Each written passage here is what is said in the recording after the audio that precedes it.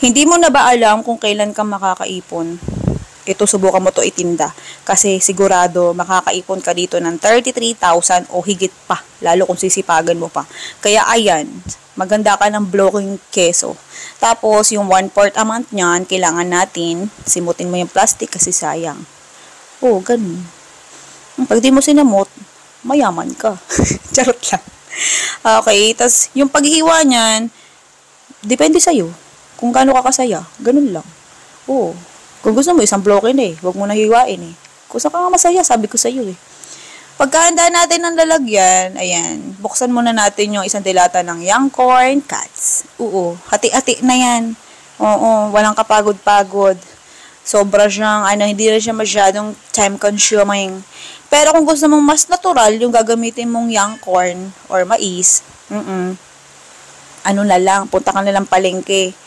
Pili ka na lang ng magandang klase doon ng young corn. Oo, ganun lang. Ano pa Tagalog doon? Nakalimutan ko eh. Okay, baby na mais. Bunso na mais.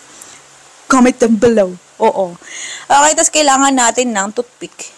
Kung gusto mo gumamit ng literal nutstick, bala ka. Push mo yan kung saan ka masaya, sabi ko sa'yo eh. Pero okay naman yung toothpick, solid naman, di naman napuputol. Carry naman. Pag kinain mo, pwede ka matuso. Oo, kasi mas matalis tayo. Charot lang. Charot lang. Ma-high blood dyan ah. Huwag ka ma-high blood, baka ikaw matusok ng toothpick. Charot lang. Okay. Ganyan lang siya. Bale, habang tayo nagtutusok at malapit na natin itabi yan, comment ka sa baba kung taga-saan ka, ha? Malay mo, ikaw yung nagsusunod natin na mabigyan ng libreng electrical mixer at silicone utensils ba? Oo. Sabog. Okay, isa lang tayo ng egg roll pan. Magpahid tayo ng mantika. Konting mantika lang, kaya na. Kung ayaw maglagay ng mantika, pwede naman eh. Oo. Choice mo yan. Oo. Kung nagtitipid ka, kung mas masaya ka ng walang mantika, push mo. Yan, tasalang mo na dyan yung cheese kanina na hiniwa-hiwa natin ng konti. Ganon. Tapos medyo haluin natin pag wala kang magawa, pag naiinip ka na malusaw siya, halu-haluin mo lang, ganon.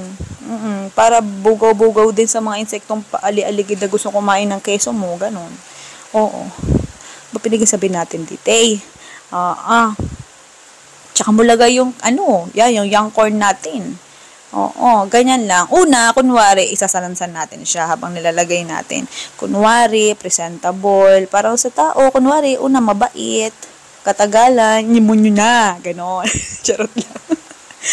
Yan, ganyan. O, diba, bongga? Pinaganda pa natin yan, sinalansan. Tapos, ayan, sasabugin din natin siya. Kasi nga, sobrang nagkakainip gawin tong recipe na to. Sarap lang.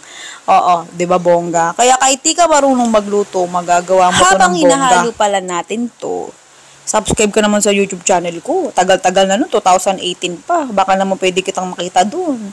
Foodie Par, Halo Mix. Pwede rin Chef Eden. Ayan, nasa screen, nasa taas, yung kulay green na logo.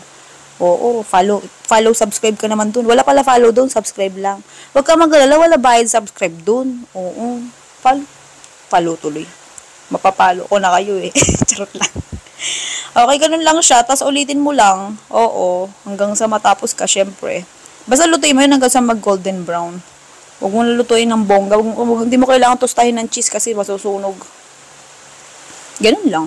Tapos ayan, maganda ka ng container. Ilalagay ko na lang yung link niya kung saan mabibili sa comment section. Kung sa nyo ka naman nanonood, ayan, sa TikTok showcase ko, dun mo makikita yung ating kung saan mabibili tong container. Pero kung sa YouTube naman, kung sa sa Nyapbi ka naman manonood, sa comment section, lalagay ko na lang. Okay? Okay, sa description, check mo. Para naman tayong bangag nito. Mute nyo na lang ha kung ayaw nyo pakinggan. Basta, kada isang container, dalawang Oo, dalawa ilalagay mo. Tapos, condensed milk, optional lang. Kung ayaw matamis, pwede hindi ka maglagay. Kung gusto mong may konting tamis, konti lang lagay mo. Ganun lang, paano trip mo? Oo, as your desire, ganon. Yung lista ng recipe at costing nasa dulo ng video pagtapos ng lantakan time. Ayan, kung paano nga ba kitain yung 33,000. May costing na. Tingnan nyo maigi. Mag-compute kasi kayo. Sa negosyo, hindi pwedeng walang costing. Pag nag-costing ka sa negosyo, hindi mo pa nabibenta. Alam mo na kung paano pwede mong kitain. Ganun ang costing. Okay? Okay? Sige na. Young cheese corn. Ang pangalang recipe natin. Labyaw.